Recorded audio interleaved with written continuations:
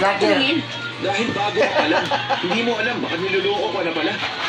Sa susunod, kausapin mo muna ako bago ka mag-decide. Wala ko ba talagang tiwala sa akin? Oo, wala talaga. Nangako ako na hindi na ako ulit lalapit sa'yo. Ito kasi ang bata ka ng rito. Ganun ka simple. Hindi naman sa wala akong tiwala sa'yo, Benny. Ginagawa ko lang to dahil tungkulin ko to. Okay? Yung mga rose mo, tatanong sa Sunlight Farm.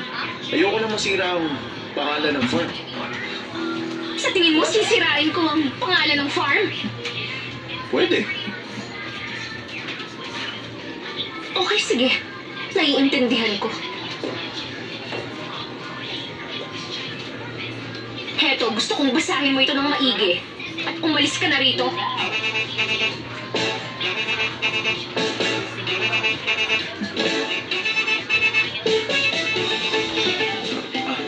Ako na. Tulungan na kita. Salamat. Yan ang pag-usapan. Ito po. Sir, enjoy your coffee. Salamat. Salamat. Okay. Nakakakilig sila mag-asawa. Hindi po kami mag-asawa. Papunta pa lang po doon. Ano? Mali ba ako? Ikaw talaga? Ano na naman? Gusto ko na makasal tayo. Senior high pa lang, mag-iipon na ako ng pangkasal natin. Ha? Senior high? Hindi pa naman tayo mag-on ng panahon yan. So, sinong babaeng yun? Ikaw nga yun. Matagal ko ng plano na ligawan ba ng yung... Kaya nung sinagot mo ako, gusto ko na ikasal. Talaga? Oo, totoo nga yun. Kung may hawak lang akong sing-sing ngayon, baka lumuhod na ako para mag-propose sa'yo. Nagmamadali ka naman. Bago pa lang tayo. Enjoyin muna natin to. Hindi pa ako sanay. Kung ganun, kailangan ko na itong gawin. Hmm? Hoy, ano yan? Nabaki. Bakit nandito ka? Frog, BBI.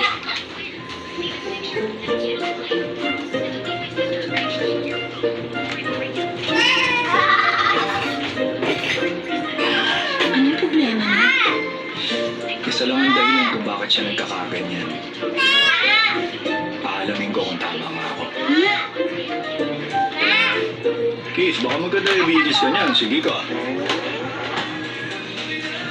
Bayot, itawag. Maghanap ko bayot.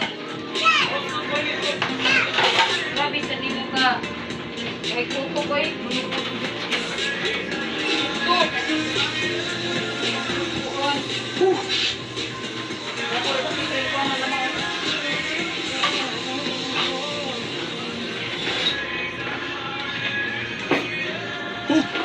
Mama! Hindi ko na po itong tanggalin. Ano ka ba? Eh di tanggalin mo. Ano naman? Eh nakita ko na naman na yung lahat. Ate. Bakit kayo nandito, Ma? Pinipilian kita ng damit. May date kayo ni Nika ngayon, hindi ba? Hindi kayo nakalimutan, kaya umayos ka. Opo. Mm. Okay po. Sige po, auntie.